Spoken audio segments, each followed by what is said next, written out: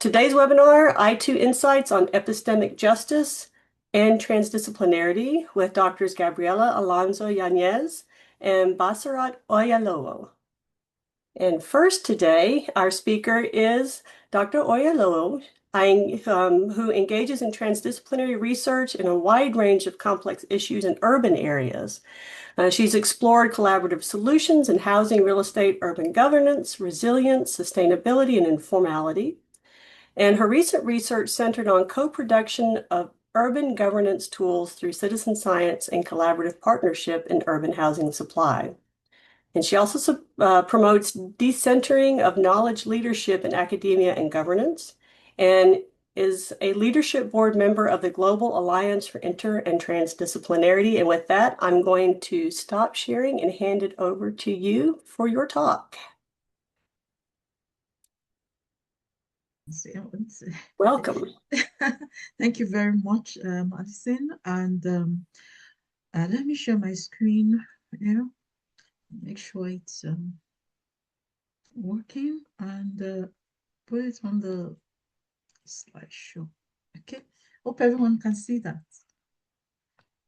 Yeah, good. Thank you. And before I start, I'd just like to say congratulations to Interreach on your 10th anniversary.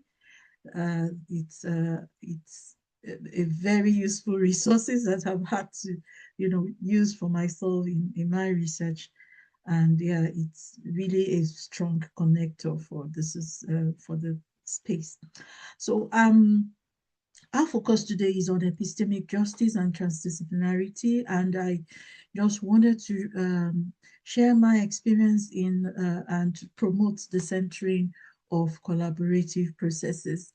So it's not going to be a long talk, hopefully, and just take this as a reminder of some things that you might you would already have known.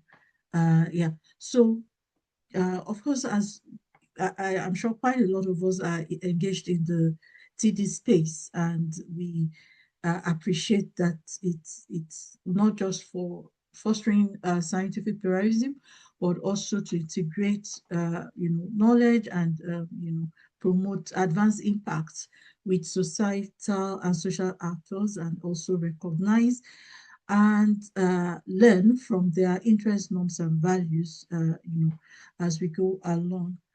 But despite the fact that as collaboration is central to transdisciplinary projects, there is still a risk of centering the power within the space of the person, I would say, or the persons that are the conveners of the research, usually the holders of resources, and of course the ones that take a lead in dissemination. So in many cases, our collaborative activities are still very centered on the researcher, even as we promote the notion of transdisciplinary research. But that sort of makes us complicit in a variety of ways.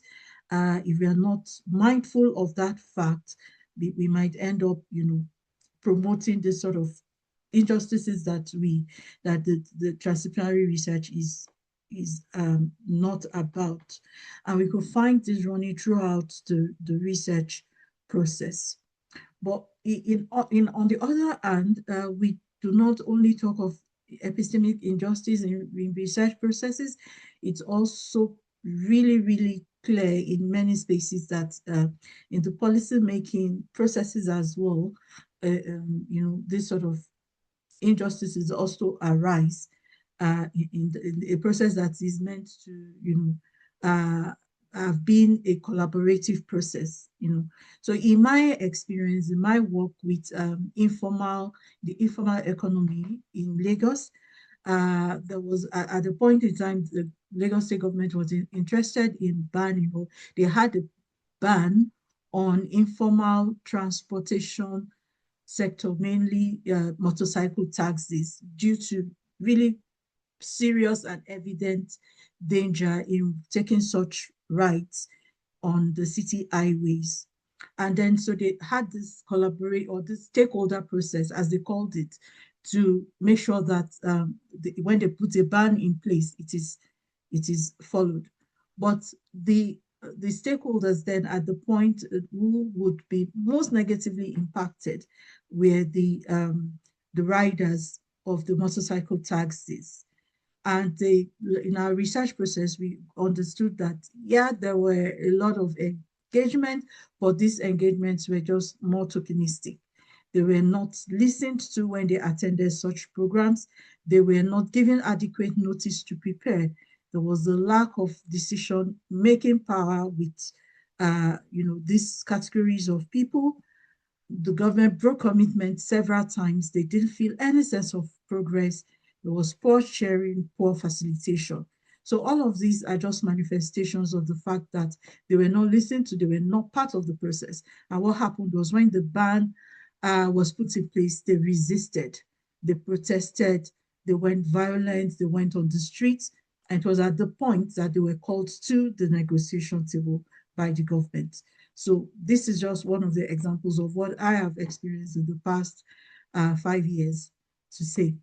So this and other experiences also motivated my interest in decentering research processes when it comes to looking at how to ensure that the power doesn't reside in one space or the space of whoever is convening the process alone. So it is about ensuring that no single body of knowledge centralizes the power over the decisions that are made about the research process and the allocation of resources in particular. So you can find this both in research, you can find it in policy making sector as well, and all of these manifestations of epistemic injustices. So I also want to share an example from a project that I was involved in while I was at the University of Lagos as a part of the Urban Resilience Research Group. So this was during COVID-19, I think it was around July of 2020 that we were commissioned for this project by an NGO. And so the concern of the NGO, the remit we were given was to use this a case study community, an informal community, very with disadvantaged community, often subject to flooding and other lack of services. And we were asked to use this as a case study to understand the impact of COVID-19 in disadvantaged communities. We were also given the brief to explore issues around domestic abuse due to there were a lot of news items around the time locally about the issue of rising domestic violence issues due to the lockdown. And so because we had been working with the community before then, we were able, with the lockdown, we were able to contact the community leads and to discuss with them, this is what we intend to do. And we were talking to the women in the community. And what they told us upfront, point blank, was the fact that they were not suffering from the impacts of COVID-19, but they were suffering from the impact of long-lasting disadvantages. And they told us that if we want to support their community in any way, they gave us a list of the disadvantages they were suffering and that was affecting them even before COVID-19 and would, without any change, would continue to affect them. And these were interconnected problems arising from the vulnerability of the community to flooding.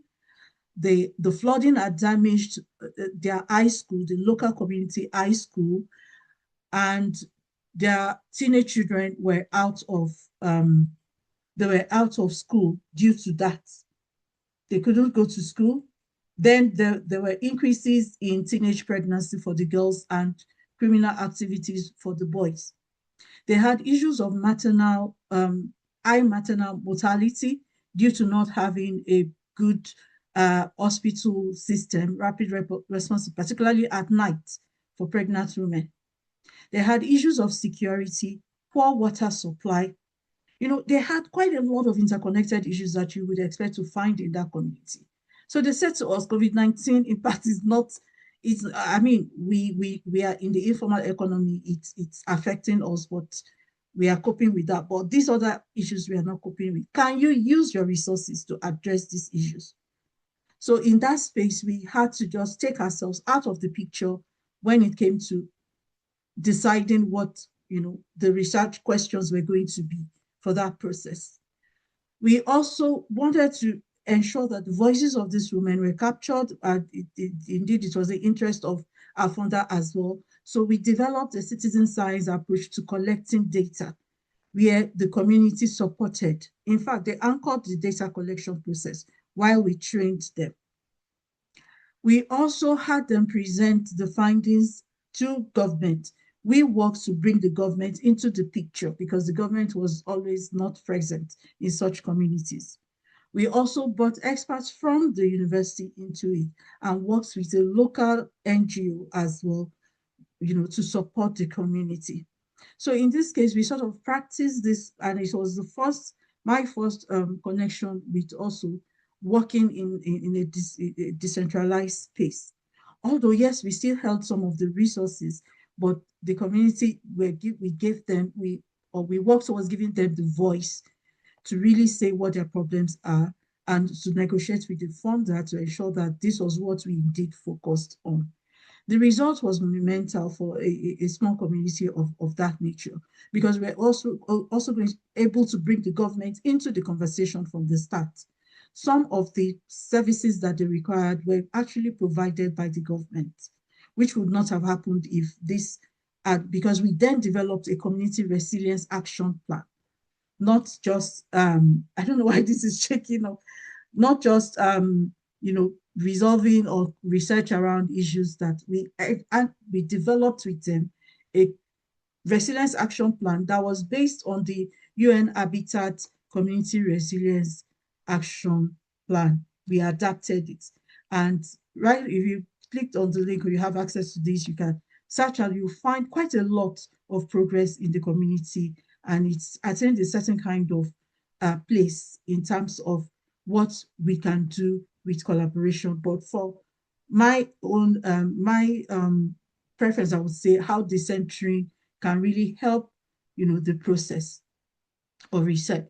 So how do we then use this, or how did we use this experience to address epistemic injustices? So it was the identification and recognition of core stakeholders, ensuring that the stakeholders are within the core project team. So, being part of the decision process and collaborating with them throughout the project life cycle.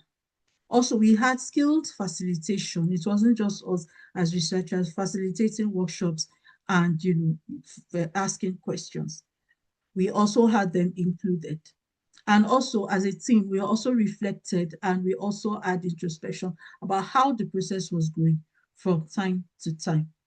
So this is the bit I wanted to share here, and hopefully would, if you've had experiences of this sort of things, we're happy to hear that. Yeah, and so this is where I'll stop. Thank you. And I'll stop sharing. Yeah. Thank you so much for that. That is some amazing work right there. I can't wait to hear further discussion about this. All right, let me share so I can introduce our second speaker.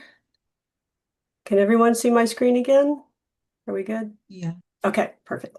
Our second speaker is Dr. Gabriela Alonso Yáñez, who researches transdisciplinary learning and action-oriented collaboration in sustainability partnerships. Her work examines how academics, community members, and knowledge keepers co-produce socio-ecological knowledge with a focus on the roles of power, inequality, legitimacy, and access to resources in sustainability science.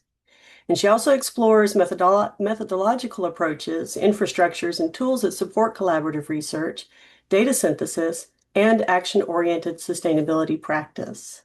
So with that, I will stop sharing again and hand it over to you, Gabriela. Thank you, Alison. Hello, everyone. Thank you for joining us. It's a pleasure to share the conversation with Dr. Basirat.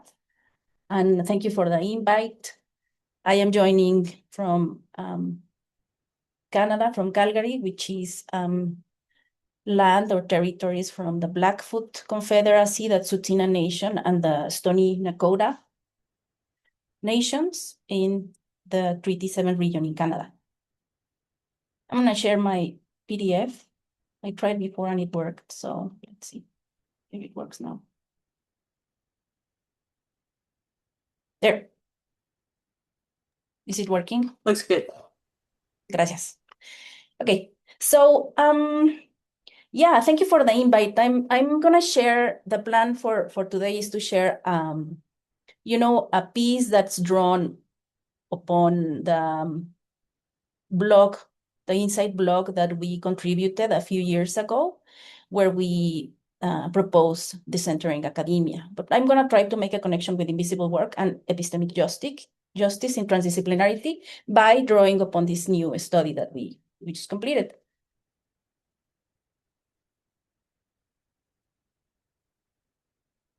So yes, as I was explaining, in earlier work, we argued for decentering academic knowledge in transdisciplinary collaborations. And what we suggested is for practitioners and for researchers in particular to pose questions or to have conversations guided by these questions. How to build genuine collaborations with non-academic partners, and how to overcome training that privileges certain knowledges. So we have been trained for a long time to think disciplinary ways and to, design research within these silos. So those were like the questions that we posed for practitioners interested in engaging transdisciplinarity. And as I was telling you, the presentation draws on findings of a new study, but based on this idea. What we did here is move away or shift our attention from knowledge to practices, concrete actions, everyday tasks that people undertake when participating in transdisciplinary projects.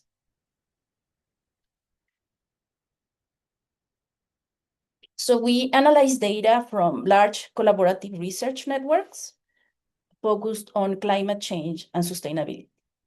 And we think we had a breadth of cases in the region, Latin America and the Caribbean. We had we included data from Jamaica, Panama, Colombia, and Brazil. And among many data sources, one of the things that we were interested in is in asking our participants an open-ended prompt, which asked them to identify the elephant in the room.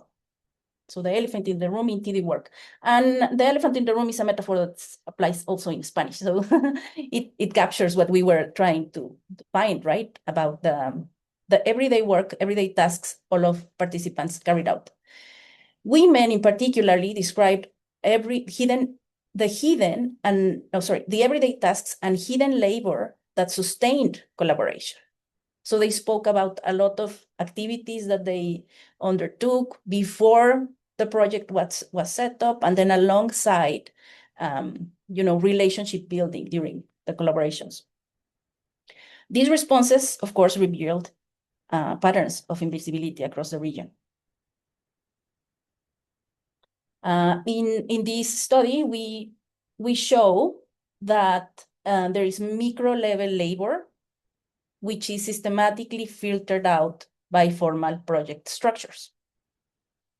And we were able to articulate, define, and specify how these structures erase work. So these structures are designed to measure standardized outputs, not relational processes, which most of us here, I think, know. And especially the structures designed to, or the metrics that we use to value work in collaboration is often shaped by institutional decisions and institutional frameworks. So that's why this is systematically raised. So for instance, tasks such as advocacy, care, tactical engagement, network building, were neither anticipated in project proposals nor formally acknowledged in project reports and project materials. We reviewed videos and lots of media outlets. And these tasks became the unacknowledged infrastructures of transdisciplinary collaboration. So it's part of, the system of transdisciplinarity. It's a hidden, there are hidden processes that actually enable collaboration, transdisciplinary collaboration. So as findings and moving away from critique to concrete actionable steps for practitioners, policymakers, researchers in particular, we suggest an approach that we believe is transferable, not only for climate change and sustainability initiatives, but for any other collaborative processes. And the first, of course, is documenting invisible work, tracking, facilitation, translation, and emotional support, exposing patterns of erasure that might seem trivial or everyday tasks in project design. We have to expose them and we have to reflect on how they erase work. And we suggest to articulate new metrics, include these in budgets, reports, and fund allocation decisions.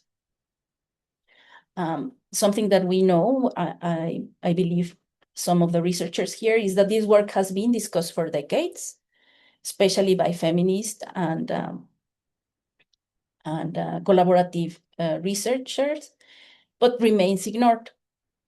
So as TD practitioners, our suggestion is to engage in practices of justice and care. So carefully, seriously engage in practices of justice and care, which means recognizing, validating, and rewarding the work that holds collaboration together. And I think I'm not going to go to the next one because the next one is, it's my gold nugget, which I will share at the end of the presentation. So that's it.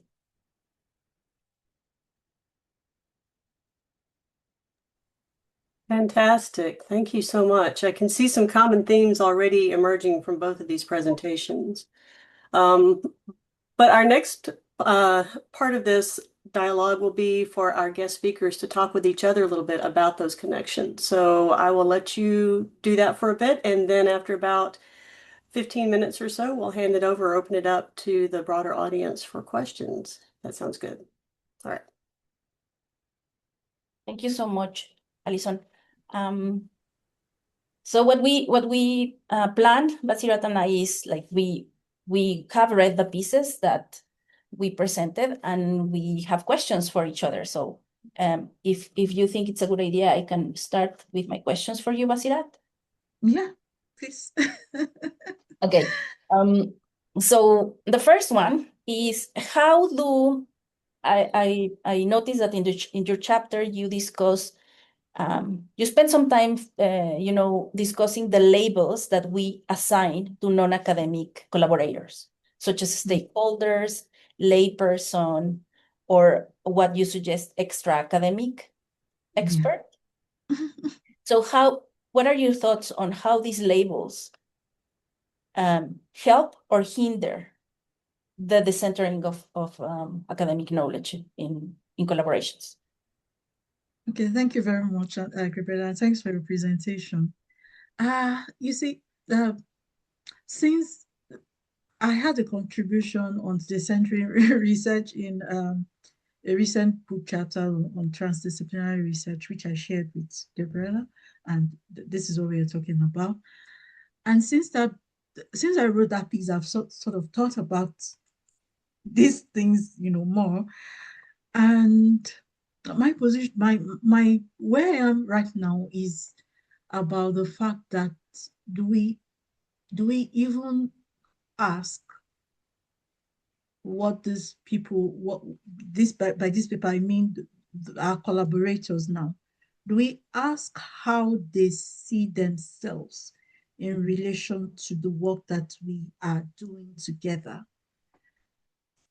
Do we ask them we sort of, as a collective, we want a clean, clear label that fits everyone, that helps us in theorizing or, writing our papers or having common grounds or just having a collective understanding. But I start to believe that this might just be us.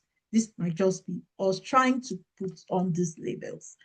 It's still about us. Have we ever, in a collaborative group, have we asked, how do you see yourself in this space? For some people, it's just a simple question that I'm a community person, I'm a stakeholder. But for others would really want to be labeled as or want to be recognized as something different. So is there any possibility that when we do collaborative work, we stress understanding how our collaborators see themselves as part of the process, not necessarily about putting a label on them to, help us in our own thinking about it? So I think ultimately it's also about respect. It's about respect for the knowledge that they're bringing in. Is about respect for the fact that if we know it or if we knew it all, we would not be collaborating.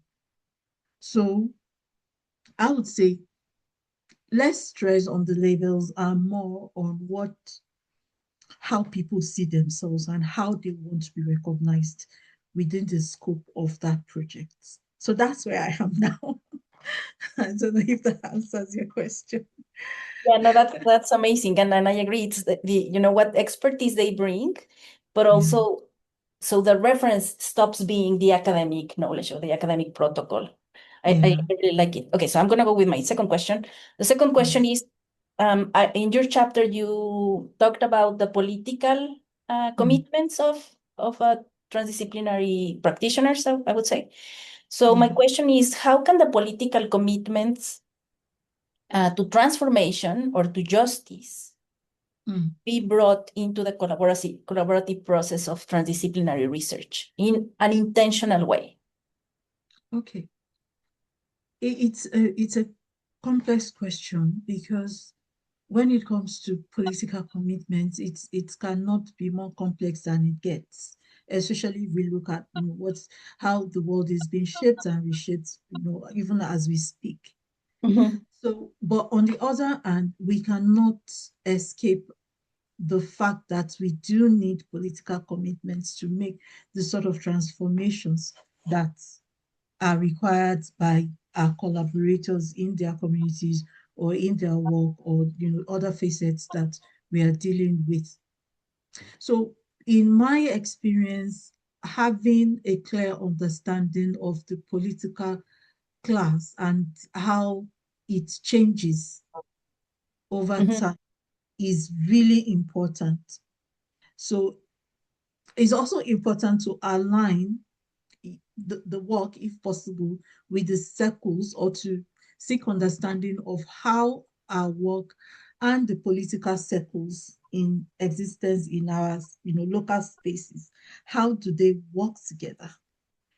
Are we calling on for political commitments at the start of an election campaign cycle, for example, or in the middle of it, or maybe towards the end of immediately after elections? How does that shape the commitment of the political class? So it's also about understanding the politics around the issues that we are discussing, and ensuring that we sort of bring that into the project. It might be through asking for representation from the political class, from people that, maybe the civil service that remain after the politicians have gone. Or it might be also about ensuring a sort of budgetary allocation, so that if there's a change in governance, in my own experience working in Lagos, a lot changes when there's a change in office. So one person that was really committed and all of that doesn't get elected in the next circle, and that may just be the end of everything that you've discussed and the steps you've taken. So I think it has to be intentional in understanding the political system, how it works, where they are, what. So I also would caution against because the political system they have their certain priorities. And when you're working in a city where it's neoliberal, it's capitalism, everything, there's no difference between the government and the private sector. So how do you also ensure that as a research collective, you are not bought, into that space, and you're not serving the interests of a specific political class? So I think most of it is about about our own political inclination as well, and we have to be neutral, I believe, in that space, and we have to maybe look for change champions and look for inserting our projects into systems that are the most sustainable within the network that we have.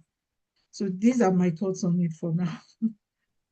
No, yeah, I completely agree. And I really like that you are bringing, the shift in thinking about the spheres versus actors, right? Like they might not share the same interests, but it is not static. It's changing. No, and we have to account for that.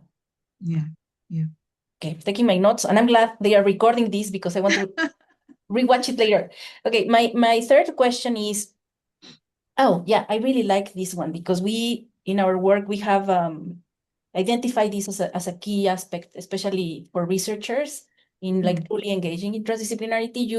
You mentioned in the chapter the need to really practice this introspective capacity for researchers, which I also, I think it also speaks to reflexivity, researchers' reflexivity.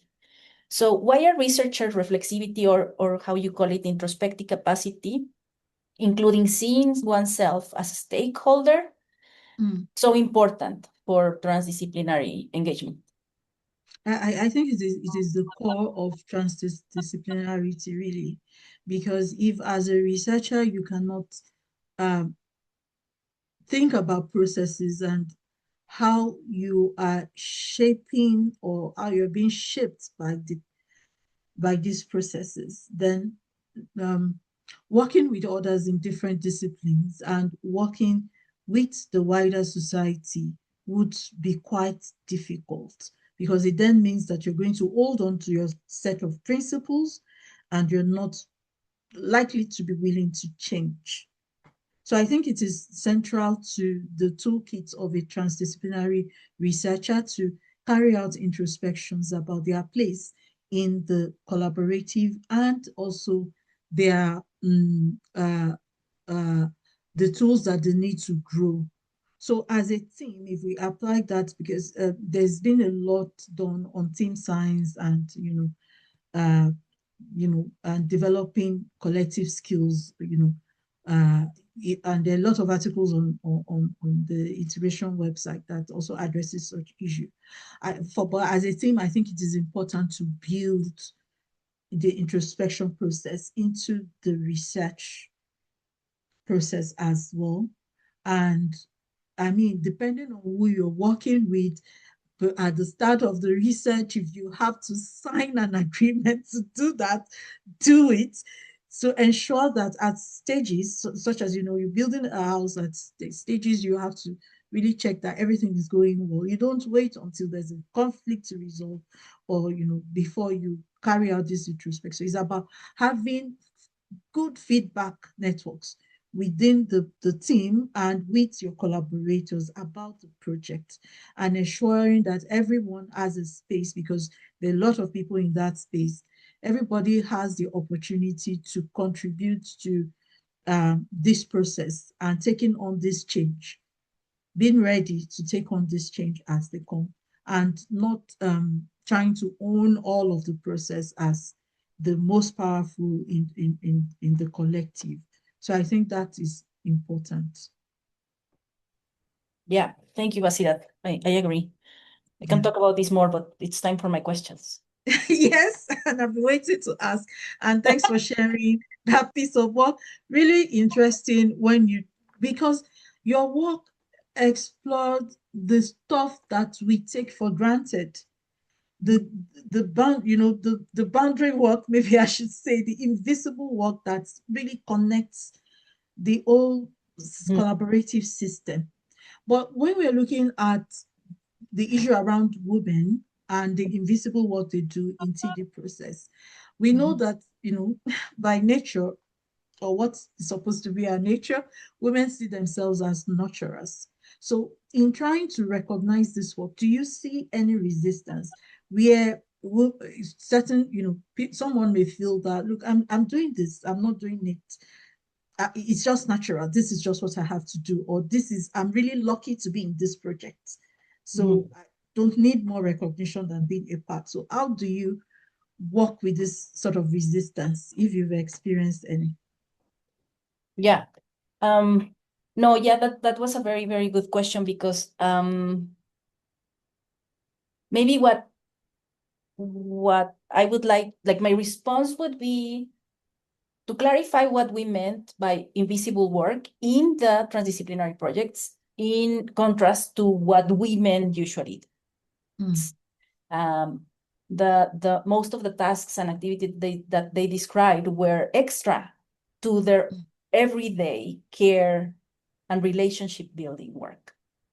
So in a way, it's again, like perhaps is going to the actors or to the people who we work with and honor their priorities. Most of the women activities and the tasks that they described were within transdisciplinary work, so with extra work, not rewarded, and it was not their decision, right? Like it was imposed and taken for granted without being anticipated or formalized in project reports and infrastructures. And then the other thing that I was thinking yesterday was we could problematize, and I think this is part of the transdisciplinary conversation, or really doing transdisciplinary or thinking that there are different ways of knowing and protocols, is what do we mean by recognition? And how we value, what we value in everyday work, but I mean in transdisciplinary, because we have that, that data sets. But so what is recognition? And whether, if we already know that the institution, the academic world is not valuing this work, perhaps even the value that we assign is not the one that needs to be recognized. So I think it's just like, perhaps I'm answering with another question, right? Like, how do we problematize every metric that we use to assess or to engage in transdisciplinary work? Because we already know that there are limitations to the way we engage work, and we value the work of people with intersecting identities, I guess. Okay, thank you very much. I think that's something to think about further. So when it comes to recognition and recognition of this sort of work, and when it comes to writing a research proposal, in these days there's a lot of focus on value for money, and there's a lot of focus on economic benefits and all of that. How do you propose that we begin to address the issue that this needs to be recognized when we write proposals for funded research? Yeah, I think that this is connected to your answer to one of the questions. And it was kind of a joke saying, no, we really need to sit down and sign an agreement, discuss all these very important questions, which are often tuned out of project design. Perhaps the political commitments, what do we see as, needed to be changed, what do we see as needed transformation. And in practical terms, I know that funding agencies are starting to invite calls or design calls, invite proposals that have that stage included, right? In the outset of the project, how are you engaging with communities? What questions you're believe are relevant or meaningful for them? So I think this is moving in the right direction in spending or giving importance and relevance to that stage in the beginning of the project, and to really listening to voices that are often not in the table when writing proposals. The other thing I was thinking is that this is connected, and I talked about this to my students. We, as we have been talking, we are trained to think for innovative research questions, and a research idea that nobody has ever thought about. And all these ways of thinking also limit our capacity to impact on the ground communities. So I think it's an invitation to really go out and see what's already happening. So what type of supports communities out there are already doing, especially in territorial defense and conservation of environment, because these other actors are the experts, right? So yeah, I think that would be my answer to the question. Okay, thank you. And maybe a little bit related to that is the risk that so there's some rules in our collective collaborative processes that we could identify as being high risk advocacy rules. I think in your work you also recognize that as well. And here we are promoting epistemic justice and having the voices of people being amplified and being heard. Do we have a responsibility for safeguarding the outcomes of epistemic justice, and how do you think we might approach that? Yes, and this is a very important question, and a very sensitive one. I didn't want to take it superficially. It's a serious issue of power, visibility, and intervention in the global South. So particularly in Colombia, we had we were working in a site where there's high risk for actors that were part of the research. So I see this as a two-side. One is visibility that allows them to be protected because they connect with international networks. They seek visibility from researchers and international funding agencies, yet they need invisibility when they are confronting issues in their own local environments. So again, this takes me to what we have been discussing.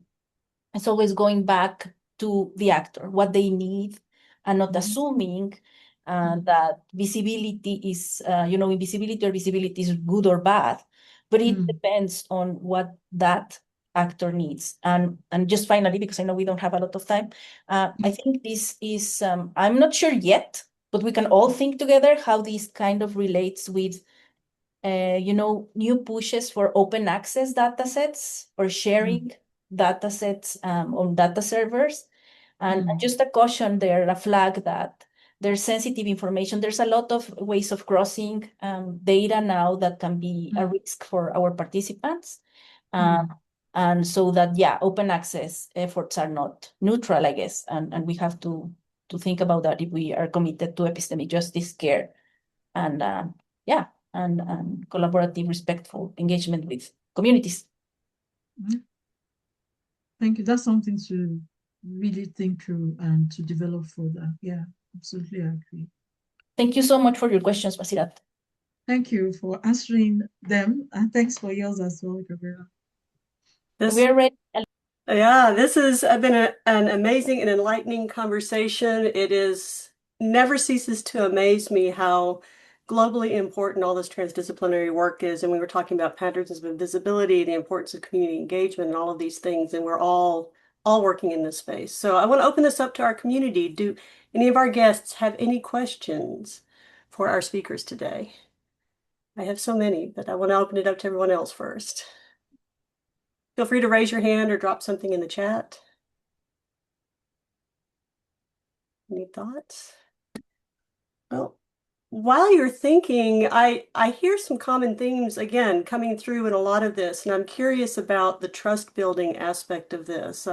We know that when that doesn't happen, we see a lot of things like in Basirat's first case study where we have a lot of conflict develop, and then we think about when it does happen, we get some of the really beautiful outcomes that can occur. So do either of you have any thoughts about how we can move forward with trust building in communities, especially those who maybe have not had as much engagement or maybe have been excluded in the past and therefore have difficulty building trust?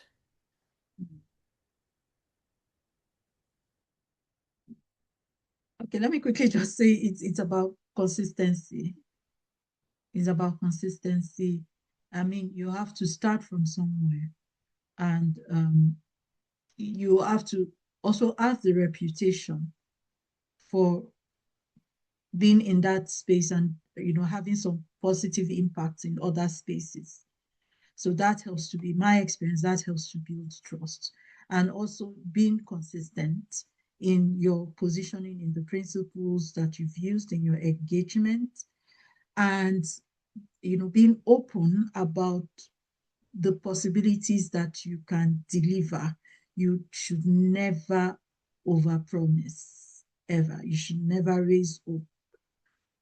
You should be realistic and communicate directly with them, and also identifying the gatekeepers in the community and, you know, working with them. So I'll just give it. I know Gabriela has a lot to share in that respect.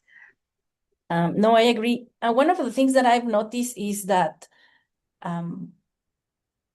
the first step needs to be strong in terms of who do you work with. You build your networks. We all here have networks, and those have been built on trust.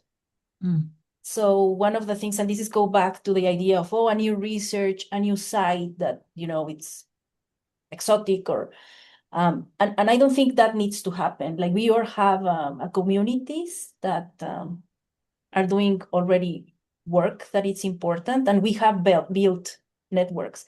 So for instance, in my work, we are consistent in terms of the communities that we have been working with, not the same perhaps focus of projects, but is that consistency that has already been built.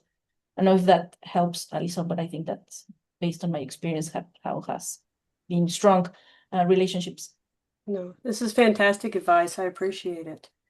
Any questions from our community? Feel free to speak out. I have a question. So some of what you discussed has touched on this a little bit, but how receptive do you think, or do you have any indication of how receptive funding agencies or your institutions are to these changes in perspective becoming normalized?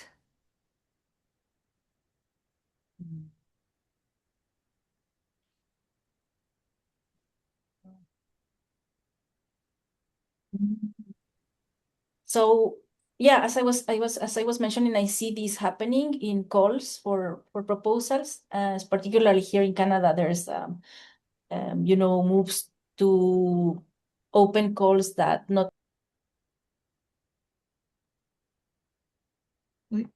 You've muted. There. Can you hear me now? Yes. That so you don't have disciplinary calls. You have a collaboration, you know, consortiums that are open. You know, I mean, I guess are more lean to transdisciplinarity, and we do have efforts to build you know, networks of researchers. So I think that's a good move towards at least decentering disciplinary focus. Yeah, I think I've seen quite a few also that, actually do sponsor network building and, things like that. And of course, depending on who is funding, who the funder is, uh, they would promote collaborative research, but they do not recognize the work that you need to have done beforehand to get to the stage of where you are actually asking communities the kind of questions that the funders are looking forward to. For example, if you're responding to 3 calls in, that one community collaboration, you're not guaranteed to get the fund, and you keep going back to the community and saying, I've had other experience. Then if you don't get the first one or the second or the third one, then they're going to be tired of. They're just going to look at you like, oh, yeah, here we are again. We are supplying all of this, but we are not. And we have the sort of thick skin sometimes to face rejection of calls, peer review. Not all our collaborators have that sort of, their expectations are high. They feel that once you come to them to ask these questions in a short while, you're going to get the funding. So always going back to them to tell them you're not successful, it can be heartbreaking, But yeah, I think maybe that's part of the learning process as well. Yeah. Gabriela, you had mentioned the need for new metrics, including this type of invisible work in budgets and reports. And so is that something you've seen any uptake on? Have you seen that represented in any proposals or funded projects? And is there support from your institution for building that into your budget? Okay, yeah, great. Yeah, we do have a lot of templates for knowledge holders involvement and the type of rewards or compensations and how that looks like. So it's inspiring to see that moving towards different ways of valuing work and involvement. And we have a question, I think. Yeah, Darius, go ahead. Yeah, thank you all for this discussion. This is a topic, the knowledge creation, disrupting that, and what systems allow for disrupting sort of traditional ones, and obviously a beneficial way to not just our institutions, but also just the general societies and communities that we live in. One question I have, we still obviously, as we've been alluding to throughout the discussion, you still face some challenges, some pushback, some misunderstanding about what this work is. And Gabrielle, I'm really glad that you called out just really what I consider the invisible labor of a lot of this work. How do we, similar to the previous question, what would be, I guess, better methods of recognition? So beyond like the currency of higher ed is usually like, publications and presentations and such. Like, what sort of recognition do you think our institutions would desire to see that align with what we would do without like losing the spirit of what we do? Is it continuing to have publications on this work? Is it something else that you see as like some of the things that would move some folks who may be apprehensive more to what we are seeing as obviously this incredible work that needs to be more recognized?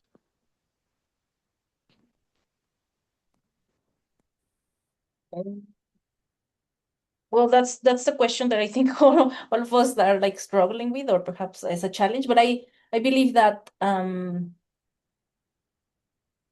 it's the type of reward again, what we value, reconsidering what we value and how that is shaped by our training and our by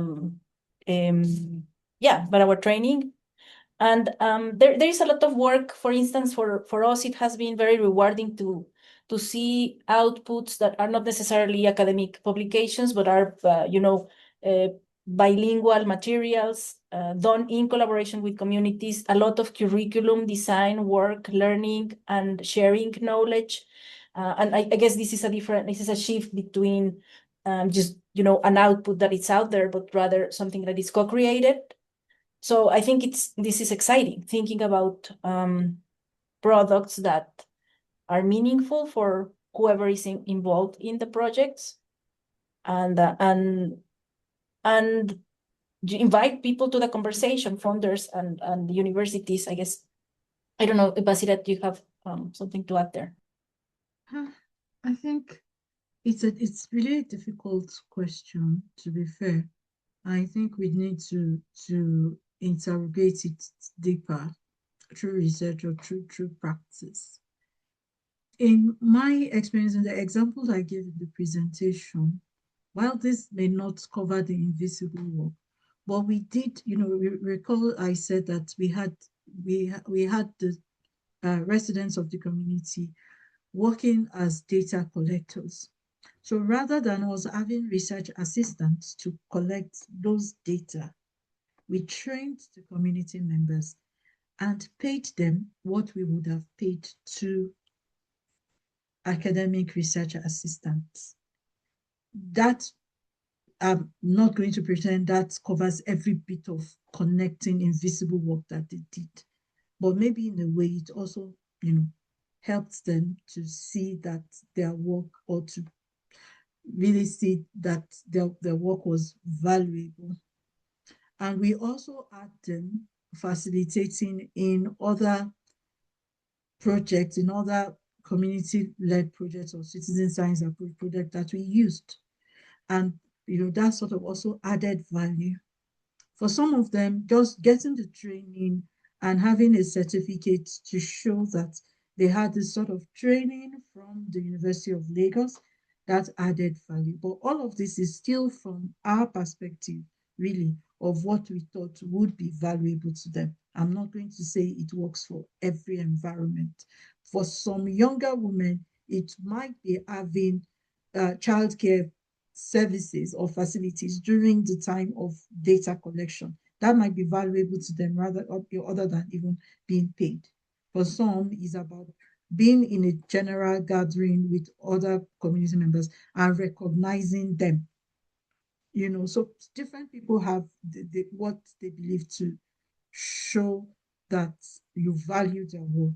And I think we can't run away from asking, going back and asking, or at the start of the research, asking how should we quantify this sort of thing? Yeah. That's my thought for now. Yeah. Thank you. I appreciate y'all. Mhm. All right. Thank you, everyone. I want to respect our time. I know we are just a little bit over today. We could probably continue this conversation for a couple more hours easily, sharing experiences. And this has just been amazing. Thank you both so much. Another quick round of applause for everyone. And thank you.